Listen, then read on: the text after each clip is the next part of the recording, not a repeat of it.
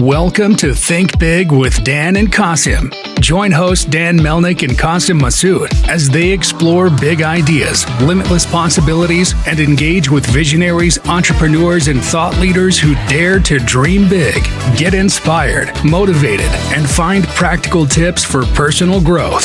Think big, dream bigger, and ignite your potential. Welcome to the Think Big with Dan and Qasim. Today, our guest is Brad. Brad, how are you doing today? How you doing today? Doing very well. Awesome. Thank you. So, can you guide us where you live and what you do? I'm Brad Goldenberg. I'm with Blazer Digital. I own a digital agency out of St. Louis, Missouri. We've been in business 27 years. We provide, we're a full service digital agency. We specialize in e-commerce solutions and helping them integrate, build, and grow online. So whether you're selling product online and trying to integrate your web solution into your business and automate some of your processes, we can help with those technical works, and then all the way over to search, social, email, and reputation management to drive quality sales and quality traffic to your website to grow sales online. Awesome. So let me know, what are your core responsibilities in your company? Because as a founder, you may have a lot of responsibilities. I can understand. What are your core responsibilities that you are performing at this point? The main things I focus on is sales and go-to-market strategies, and the making sure that the projects we're bringing in, whether they're web design, web development, or marketing retainer solutions, that they come into the shop properly, they're set up properly, strategically aligned, merchants aligning with my team, and then onboarding them into the shop. And then after they're onboarded, I kind of move on to the next, and then I account manage some of them through that process. So that's where I spend the bulk of my time, working with my sales development representatives to get the quality leads in the door that we need and through the campaigns that are going out in order to grow our sales. Yeah, makes sense. Awesome.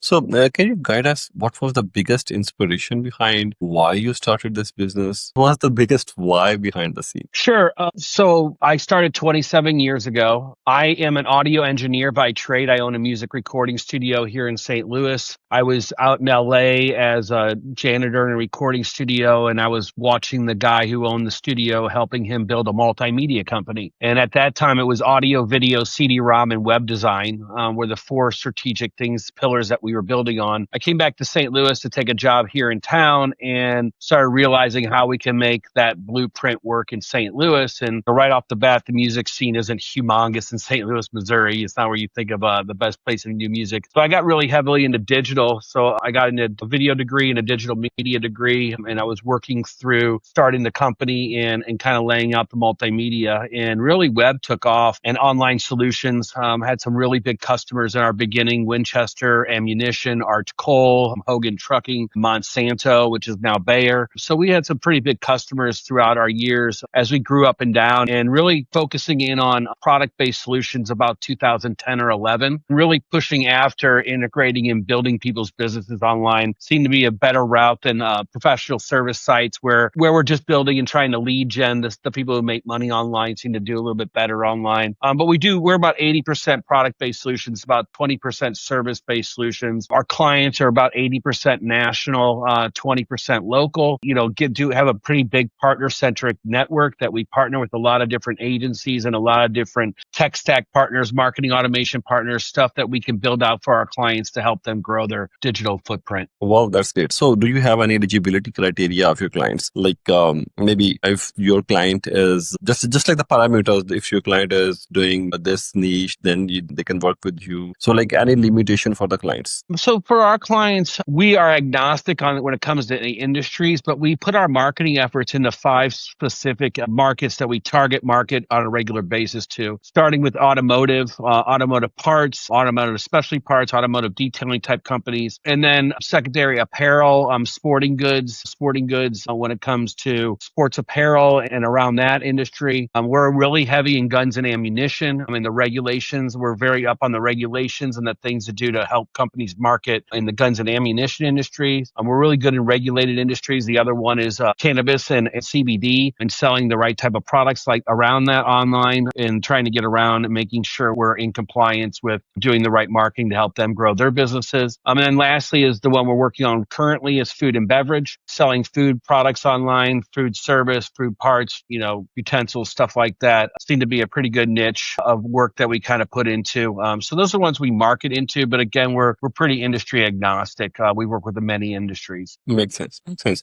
So, Brad, how you are managing the marketing side? Because again, you are already helping your clients to get more clients, but on the other hand, for your own business, you need a marketing phase, obviously, for the sales. So, are you relying on the digital marketing, or you're more towards the offline market? We do a lot of our outbound marketing and marketing automations that we built a process around that over the years that's been refined, updated, and fine tuned. On the outbound level, we support all of our outbound with inbound and content that we're putting out as we were going through the industries. Currently, we're doing some thought leadership and content around that, and really driving thought leadership is where I'm at right now. I'm spending some time now really laying out, just putting stuff online that's kind of relevant to where my sales are and trying to build a little bit of a halo effect, which we try to do for our customers as well when they're selling their products. Makes sense. Makes sense. So, in terms of challenges, Brad, I'm sure you must have faced many challenges in the journey of your business. And every entrepreneur faces a lot of challenges. Every day there's a new challenge, obviously. But can you please share one challenge that you think was interesting? Maybe you can share the most biggest challenge, and if you can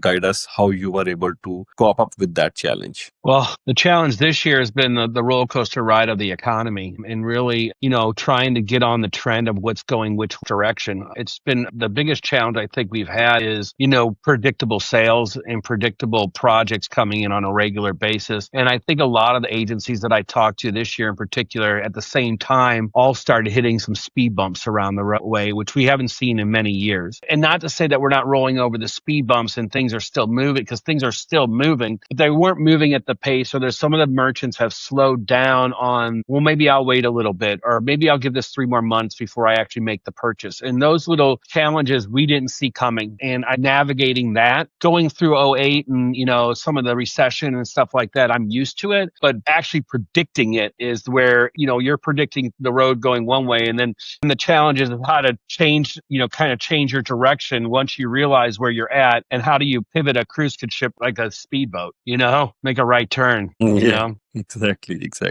Awesome. So, Brad, in terms of onboarding a client, what are the requirements to onboard a client? What is the process of onboarding a new client for you? Sure. All projects start with a kickoff meeting, and I sit down with my customers and we review what the sales reps have told them, where they're kind of at. I usually bring in most of the team that's going to be working on the project into that meeting, and I make them recap their whole business in an overview of who they are, because I can help people in certain industries, but I really want to know about their journey, just like you said on this podcast and an interview, a little bit of my journey. I kind of like to pick at that with my clients and let them speak, because my teams never met them before. And a sales rep or me and the SDR might have been in 5-10 meetings already with this client before they've even met them for the first time. So really onboarding my team and getting them familiar with them. And then secondary, looking at what their digital assets are and what they currently have and what they're doing, so we can start strategizing. I really try to be a strategy first. Sometimes if we're in a strategy meeting before we go into a design and dev builder, we're in a strategy meeting before we go into a marketing retainer, which just depends on how that customer is trying to figure out what to do next and where they are at their digital process. So sometimes they're running ads, they've got all their email, everything's moving, they just need someone to take it over.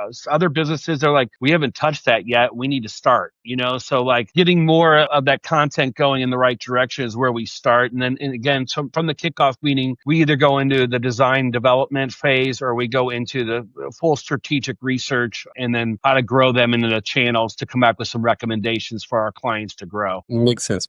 So, Brad, obviously, whenever you onboard a client, or maybe whenever you are doing some marketing, at that time, you have to tell the people that what are your differentiators, because obviously there are a lot of competitors in the market. So what are your differentiators? What are your things that sets you apart from the market? Yeah, so couple different things that I think we set us apart is, no matter the size of the client, you're getting the feel of a boutique agency. And what I consider a boutique agency with powerful solutions is, we can build anything. I'm in the middle of building a multi-channel e-commerce GPS mobile app right now, which is, so we're very dynamic and you get access to a really good team at a St. Louis Midwest pricing. And then on top of that, our customer service is immaculate. Our response time on support tickets and getting back to our clients once they are a client is really on point. And I really like to make sure that I'm not a web company that just keep on trying to knock on the door and no one's home, and I see it with all my competitors, and I take on a lot of clients that told me I'm dealing with the skeleton in the closet of the previous agency, and I'm not that. I try to retain my customers and do a great job, and if they decide to part ways, we leave on amicable terms. Makes sense. So where do you position yourself, like on a high end in terms of you can say the costing side? Because in this field there is a lot of invisibility and people are not sure where to go. So where you have to position yourself on the higher end, middle end, or the lower end? I'm right in the middle. I think, but our work is high end. Yeah. So, you're getting a middle price for a high end product. I've competed on 6-figure projects that I'm in the 60s to 70s in. And really it's just because my costs are different. My bill rate's different, and I package up. And also where you hit me in my production process of where this project's coming in. If you're hitting me in my busy season, you might see a little bit more of a price tag, when you're going to get in and get through your project, more price or lower, timeline. But,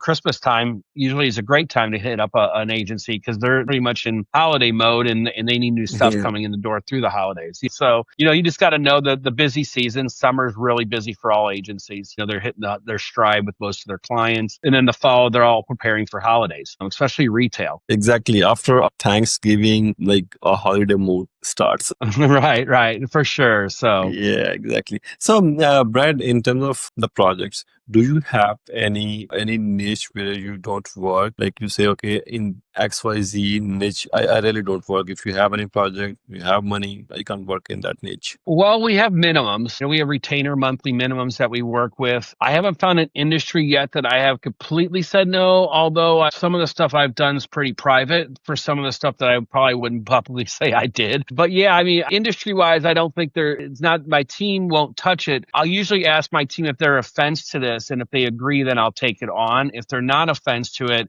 or they're offense to it, I'm not going to take it on. And if they're offense to it, I'm probably gonna pass on the work. But I do, as we start to get into some work there that like, oh, is this kind of questionable? I ask my team before I close the deal if they're okay with it, and making sure that I'm not putting somebody on a project that they're not going to be happy with either.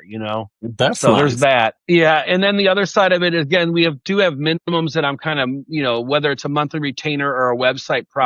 Again, I'm really not the cheapest in the world. So if you're looking for cheap, there's ways to do cheap in this industry for sure. Makes sense. Completely makes sense. Awesome. So Brad, and then can you please give us the biggest piece of advice? In fact, our viewers are mostly the entrepreneurs. So if you can give the biggest piece of advice for our entrepreneurs. My biggest piece of advice for people who are starting a service-based business or a product-based business is make sure that your sales and marketing is figured out before you go into business. Make sure you know exactly how you're going to get your business and how you're going to grow your business. And you have that figured out before you take your product or whatever you think you're going to do or make or how you're going to place your business. You better make sure that whole process and you have funding around that process to make it turn, because if that process isn't turning, you're going to have a store with no one walking into it. Yeah, makes sense. Awesome. Well, Brad, please let our viewers know how they can reach you. You can share your website, social media handles, or whatever you want to share. Sure. I recommend you go to our website and use our AI tool and get a free analysis of your website. That's on a button on our website, or you can hit Ask the Expert and you can get in my calendar and you can talk to me anytime and set a meeting with me. You can always reach me by email, bgoldenberg@blazer, BLAYZER.com. Awesome, Brad. Thank you so nice of you for joining us today. I really enjoyed the conversation and I hope we will stay in touch. All right. You take care. Have a good day.